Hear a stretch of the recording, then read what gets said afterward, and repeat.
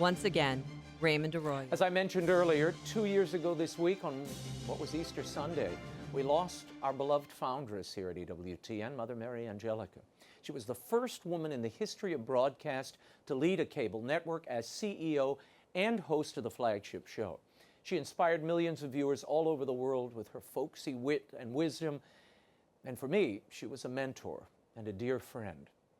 After someone dies, there's an inevitable revision and selective memory that kicks in. As Mother's biographer, I've labored to preserve the full Mother, Rita Rizzo, unvarnished. That's what she wanted. That's what I did with both biographies. In that spirit, here is our special world over tribute to the life and legacy of Mother Angelica. Take a look. Mother was born Rita Antoinette Rizzo in Canton, Ohio on April 20th, 1923. She was abandoned by her father at 5 and left in the care of May Rizzo, her manically depressed mother. Rita and her mother struggled in a ghetto populated by working-class Italians and African Americans. She was plagued by disability from the beginning. A stomach ailment proved a turning point. Rita was having difficulty eating and was diagnosed with ptosis of the stomach. The opening of the stomach was constricted. She was losing weight and was very ill. Her mother took her to visit a mystic, a woman named Rhoda Wise, who claimed to see Jesus and Saint Therese. When she met with Rita, Wise merely gave the girl a prayer card, a 9-day novena, which Rita and her mother prayed. 9 days later, Rita Rizzo was free of pain and could eat again. She fell madly in love with Jesus, and at that point, knew for the first time that she had a Father in heaven, if not on earth, who cared for her well-being and loved her individually. In 1944, Rita secretly entered a Poor Clare convent in Cleveland, imagining she would never see the world again. Then pain intruded.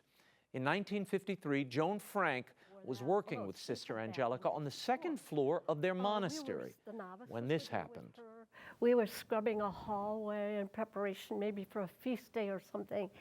And instead of just putting the scrubber, she sprinkled the floor with soapy water ahead of it. And when the scrubber came onto the soapy water, it kicked back and hit her and knocked her over, really severely injuring her back. And she was never the same after that. Walking grew more difficult, and Sister Angelica underwent numerous surgeries, including a major one in 1956. The night before the surgery, Dr. Hout came and said, "Sister, when you wake up from surgery tomorrow, you might not feel your legs. In fact, you might never walk again." And she said, "Oh," that shrouded her in darkness, the thought of never walking again. And she said, "I promise God that if I was able to walk, I would start a monastery of adoration." That was a promise. That promise contained something I discovered years later. Mother didn't just promise to build a monastery, but a monastery to pray for racial healing. She grew up witnessing the injustice endured by African Americans in her neighborhood and spiritually sought to fight it. She did walk again with the assistance of crutches and a pair of braces, leading her to comment years later, "When you make a deal with God, be very specific." She wrote letters to several bishops asking for permission to build a Poor Clare monastery in their diocese. Only one bishop responded, the Bishop of Mobile, Birmingham. In 1959, Sister Angelica had been invited to establish a monastery in the Deep South. But how to pay for it? Here we see the first glimmer of Angelica the entrepreneur. She started a mail-order business, a fish lure business to be exact, run by she and a few nuns. That enterprise paid for the construction of the monastery. Once they got to Birmingham, the nuns sustained themselves by roasting peanuts. The little old peanut company distributed their nuts to stores and arenas all over Alabama. At the same time, Mother was offering a Bible study to a group of Episcopalian women that expanded to include many others. This led to an audio tape ministry where her talks were recorded and disseminated, played on the radio, and soon she was invited to speak all over the country. Those talks were electric. I want to take Abraham. Do you have any idea when you read that beautiful scripture, do you ever put guts into it and blood? Or is it just a little story you read? So isn't it wonderful? Abraham had faith. 3 cheers. Do you really know what he did? Do you know what happened to him? Here's a man 90 years old. 90. Anybody here 90 years old? See, nobody 90 would even come tonight.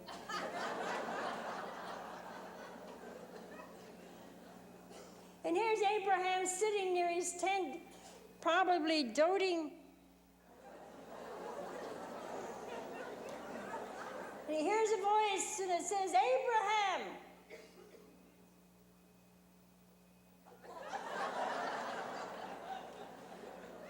Says, huh? Said, Abraham. Yeah? Abraham, you shall be the father of a great nation.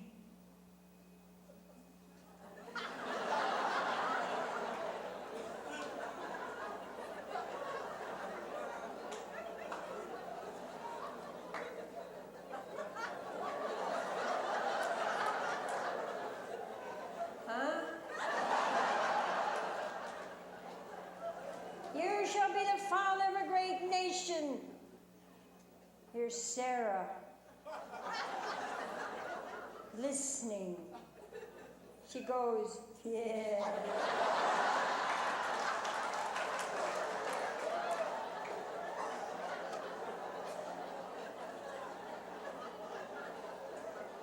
You know what she's thinking? She's thinking whoever that is doesn't know.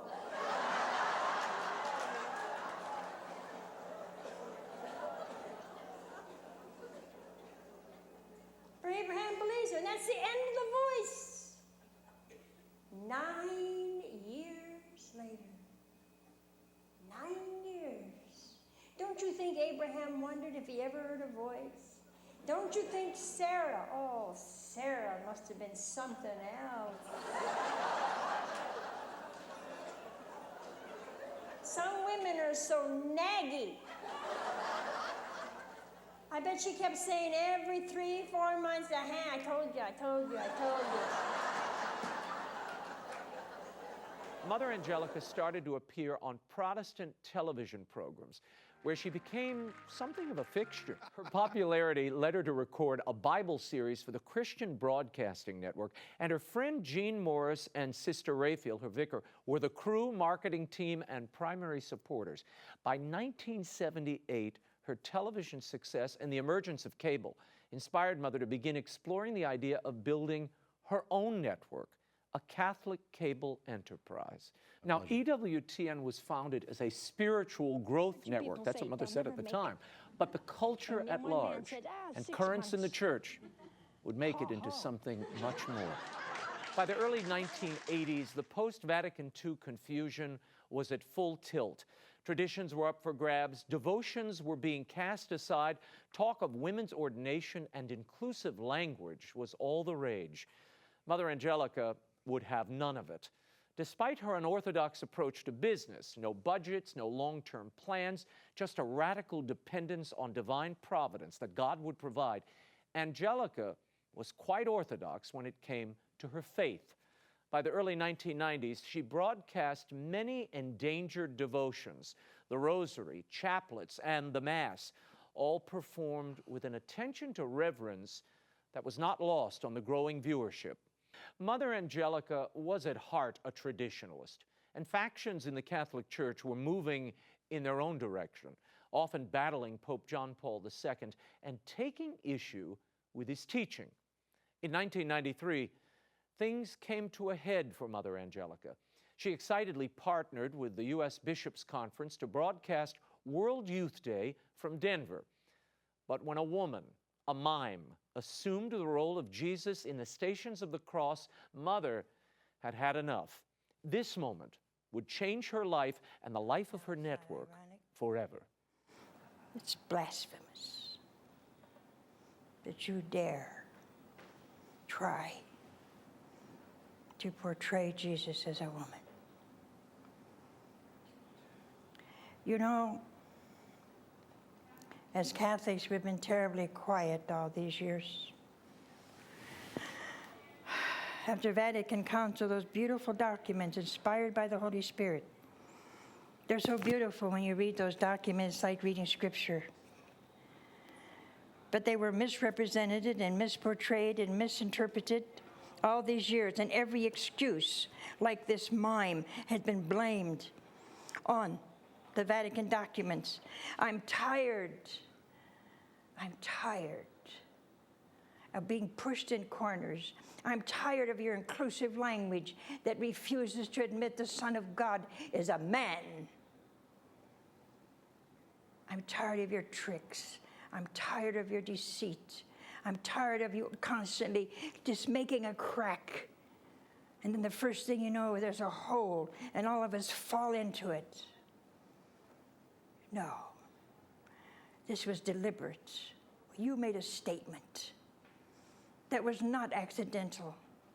And this is just as much a lie as the lies we got last night. I am so tired of you liberal church in America. You see this collar? We had this little modern collar so that we would really appeal to this modern world, this pagan society. Am I bitter? No.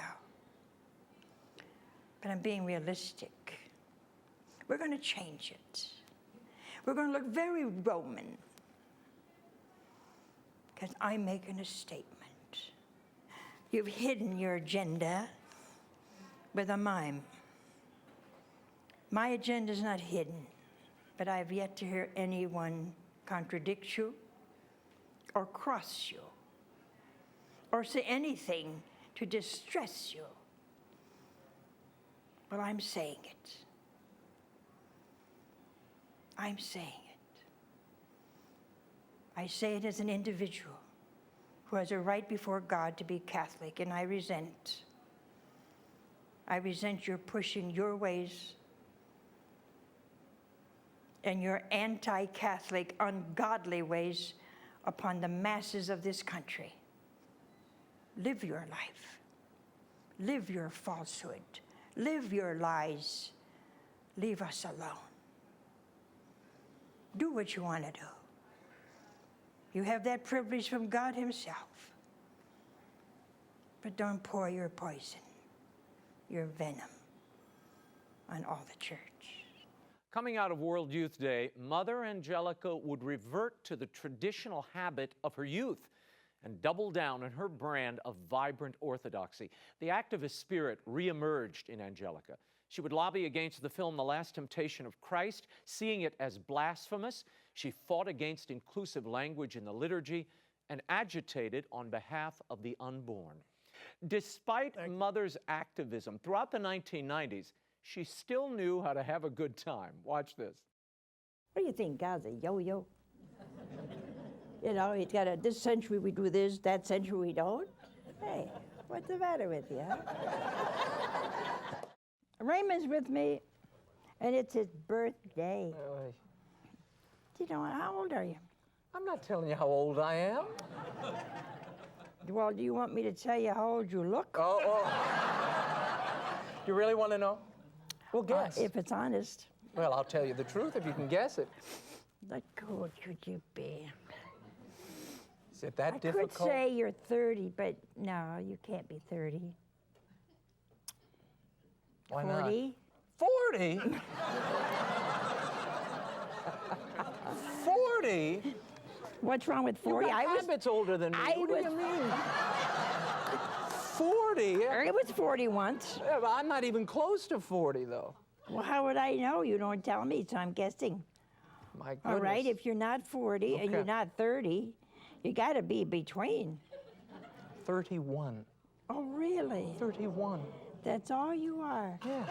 And I'm aging by the minute. I'll never forget. I've said it, and most of you haven't heard it. This woman calls me up and she says, "Oh, my husband's living with another woman." I said, "In my house." What? Well, kick him out.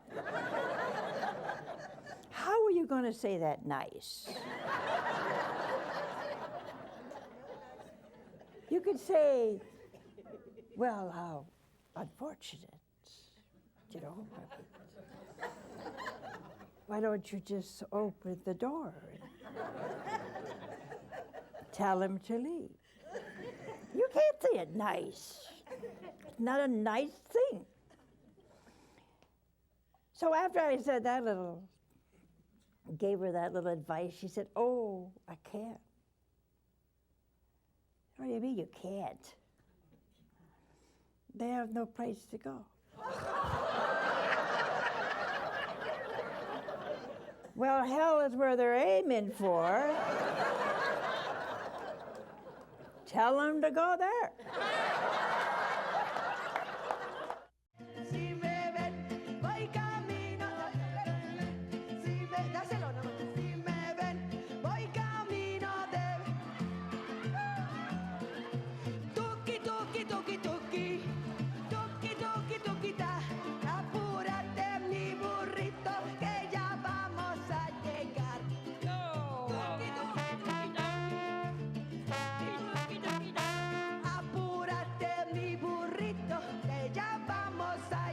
Why don't you air these people? And I said, "No, I won't, because I don't think they're Catholic." He says, "By what right do you have to say that?" I said, "I own the network."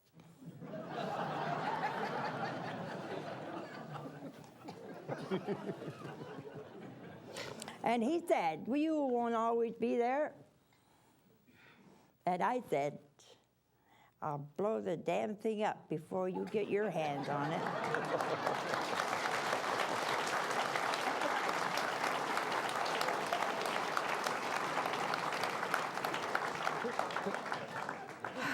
So they caught you on a good day. Yeah, a good day.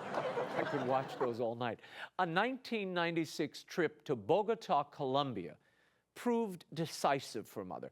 There she encountered a statue of the divine child Jesus, the Divino Niño. She believed the child Jesus called her to build a temple in his honor, and he would, quote, "help those who help you." Mother the Builder had a new project. In the mid-1990s, Mother Angelica single-handedly created Catholic radio in the United States. She made her shortwave radio programming available for free to anyone who would buy a station in the U.S. Many responded, and EWTN expanded to reach those in cars and homes and workplaces inaccessible via television. Today, there are more than 300 EWTN radio affiliates nationwide. In November of 1997, Mother continued to advocate for orthodoxy. For Angelica, the spouse she lived for and loved, Jesus in the Blessed Sacrament, was not a concept or a theological idea to be considered, but a person to be adored and defended. This helps to explain her indignation when she read a pastoral letter on the Eucharist by Cardinal Roger Mahony of Los Angeles. She found the content of the letter to be confusing and vexing. She casually referenced this letter at the end of her live show, sitting right here one night, and accidentally crossed a canonical line. When the average layperson, long forgotten whatever catechism they learn, are told that there's no need for confession, there's no need for baptism, there's not really a body and blood, soul, and divinity. In fact, the Cardinal of California is teaching that it's bread and wine before the Eucharist and after the Eucharist. I'm afraid my obedience in that diocese would be absolutely zero. And I hope everybody else is in that diocese. It's zero. Cardinal Mahony took offense at those comments and demanded that Mother apologize and clarify her statement. Mother gave it to him. So I do want to apologize to the Cardinal for my remark. which I'm sure seems excessive. But he has asked me for clarification. And this is what I would like to do this evening. This is my opinion, and this is how I saw it when I read it. What came through to me was the principal focus in this letter of assembly, the concentration on assembly, all the people in the church, rather than the Eucharist. So I felt the letter was unclear to what the church teaches about the real presence, body, blood, soul, and divinity of Jesus. At one point, she raised questions about Cardinal Mahony's assertion that Jesus' presence was in the simple gifts of bread and wine. Watch this. I'm a simple woman. And I don't understand this, you see.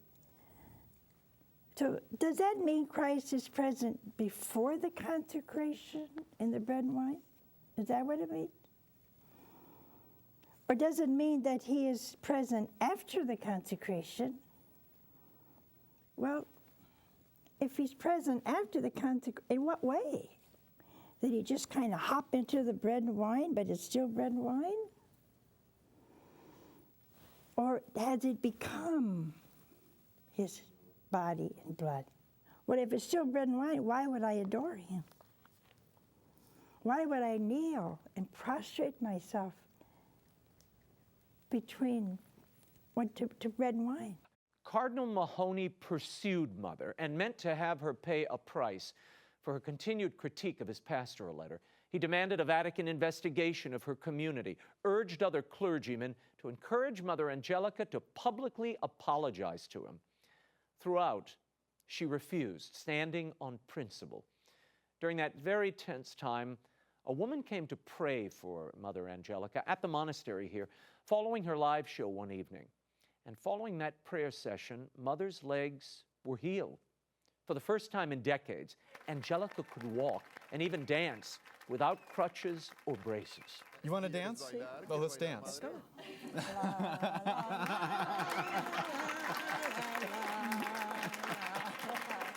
She always thought that healing was for the people, she would say. It was a way to build up their faith, Mother believed. It was also a needed shot in the arm during a very dark and trying period in Mother's life. In the year 2000, to protect her network and at the urging of her closest advisors, she resigned from the leadership of EWTN. The fear was that her enemies would use her status as a religious to exert control over the network or damage her community. Though Mother Angelica Live continued, Mother Angelica CEO came to an end.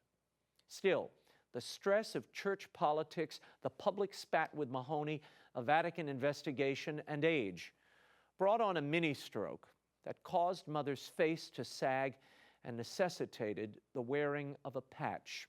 At 78, Mother Angelica wasn't going to let a patch slow her down, not when there were people in need of her homespun, street-smart brand of hope.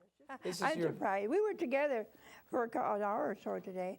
We made the Christmas show, right? Right? I thought it was great. Oh, it was great. We had a good time. Oh, we had a great time. All kind of treats. It was Yeah, nice. I was absolutely floored at your amount of knowledge. Wait, what's this little, what's that?